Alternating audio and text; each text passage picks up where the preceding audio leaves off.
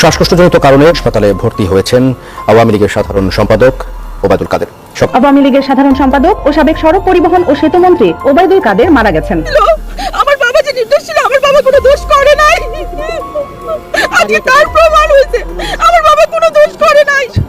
মানে আমি যা শুনলাম আপনারা কি তাই শুনলেন? ও আপনারা তো এখনো শোনেন নাই, শোনাচ্ছি। মানে বিদ্রোহী না, আমার বাবা বিদ্রোহী না। আমার ভাই মাত্র 19 দিন চাকরি করছে, তো 19 দিন চাকরি করে আমার ভাইয়ের জীবন থেকে 16টা বছর নষ্ট হয়ে গেছে। আমার বাবা একজন আর্মি অফিসারকে উল্টো বাঁচাইছিল, আমাদের জীবনের 16টা বছর শেষ। আমরা 16 বছর ধরে কষ্ট করতেছি, 16 বছর ধরে আমরা এরকম একটা দিন দেখার জন্য আমরা অপেক্ষা করতেছিলাম। আজকে আমাদের জয় হয়েছে, আজকে সত্যের জয় হয়েছে। আমার বাবা যে নির্দোষ ছিল, আমার বাবা যে নির্দোষ ছিল, আমার বাবা কোনো দোষ করে নাই, আজকে তার প্রমাণ হয়েছে আমার বাবা কোনো দোষ করে নাই, আমার বাবা কোনো দোষ করে নাই। আমার বাবা বিদ্রোহী না, আমার বাবা বিদ্রোহী না, আমার বাবা বিদ্রোহী না। বারবার বলা হয়েছে আমরা বিডিআর বিদ্রোহী, আমার বাবা কোনো অন্যায় করে নাই। আমার বাবা একজন আর্মি অফিসারকে উল্টো বাঁচাইছিল, তবুও তাকে বলা হয়েছিল সে কেন তার দায়িত্ব পালন করে নাই। আমার বাবা কোনো দোষ করে নাই। আমি সবার কাছে আমি এই যারা এর সাথে সম্পৃক্ত ছিল, আমি সবার কাছে কৃতজ্ঞ।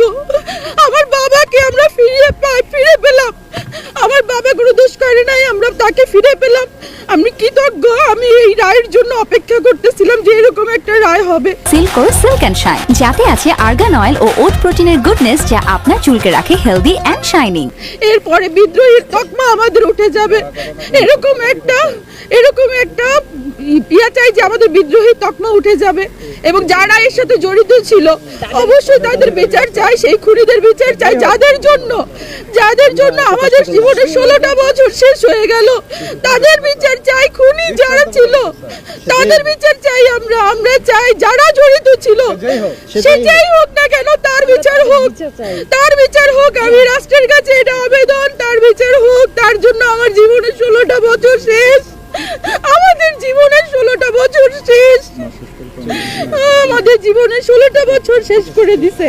আমার ভাই মাত্র 19 দিন চাকরি করছে, তো 19 দিন চাকরি করে আমার ভাইয়ের জীবন থেকে 16টা বছর নষ্ট হয়ে গেছে।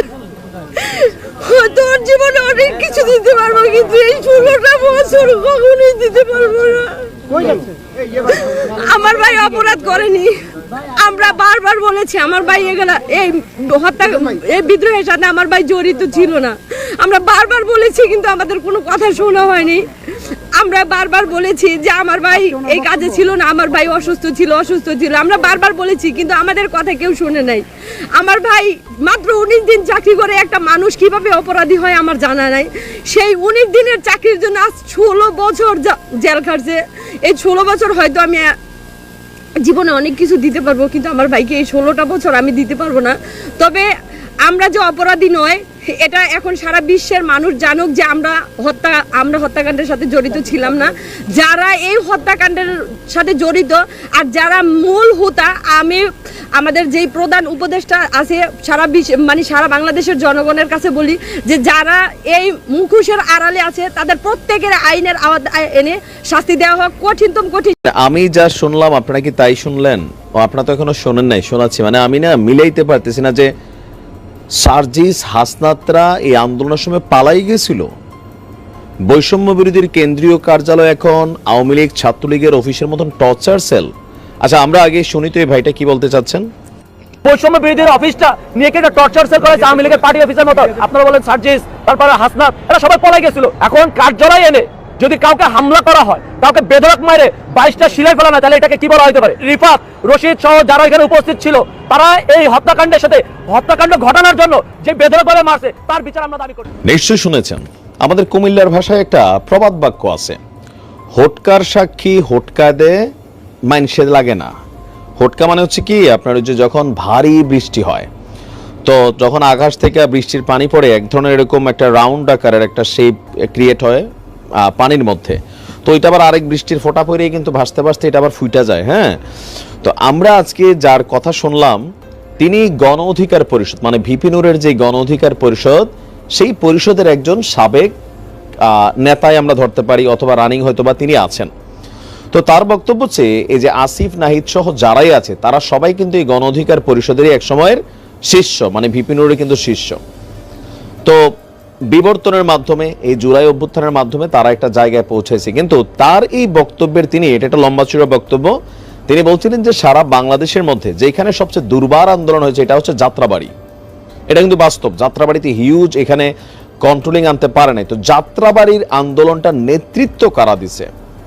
তো আমরা এখন যেগুলো শুনছি যে আসিফ নাহিদ সার্জিস বা যারা আছেন হাসনাত, কিন্তু তিনি বলছেন যে যাত্রাবাড়িতে 17 তারিখের পরে এরা কেউই ছিল না, পলাতক ছিল। আন্দোলনটা নেতৃত্ব দিছে এখানে স্থানীয় কিছু মানুষ, বিশেষ করে যারা গণ অধিকার পরিষদের নেতারা আছেন তারা সেইখানের আন্দোলনটাকে চালিয়ে নিয়ে গিয়েছিলেন।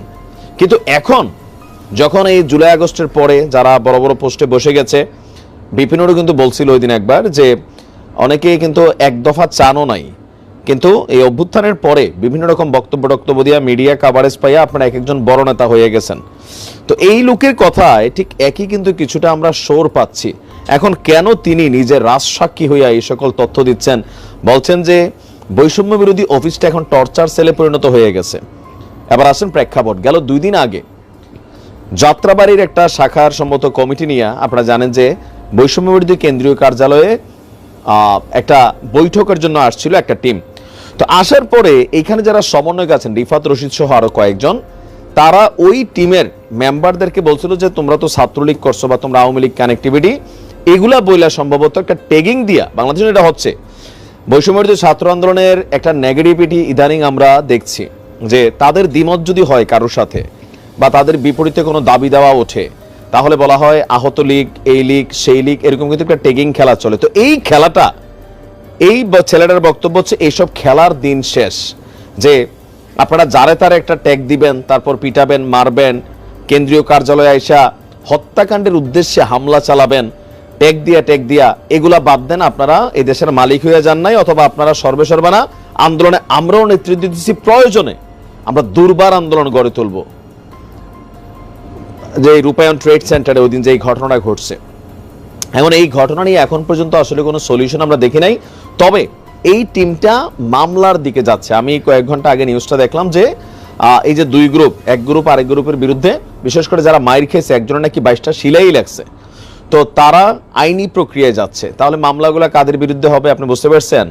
এখন তারা বলতেছে যে মামলা পুলিশ নেবে কিনা তাদের মধ্যে সন্দেহ আছে। যদি পুলিশ মামলা না নেয় তাহলে তারা আবার দুর্বার আন্দোলন করে আইনকে মানে সঠিক পথে চলতে বাধ্য করবেন। তো এখন আমরা যেগুলো দেখছি পাল্টাপাল্টি বক্তব্য, একে অন্যের বিরুদ্ধে অবস্থান বা বিভিন্ন ধরনের যে বিষয়গুলা, কোথাও না কোথাও বৈষম্য বিরোধীর যে শক্তিটা ভেঙে যাচ্ছে, যত দিন যাচ্ছে প্রতিদিন ভেঙে যাচ্ছে, সমন্বয়কদের মধ্যে ভীতি ঢুকছে।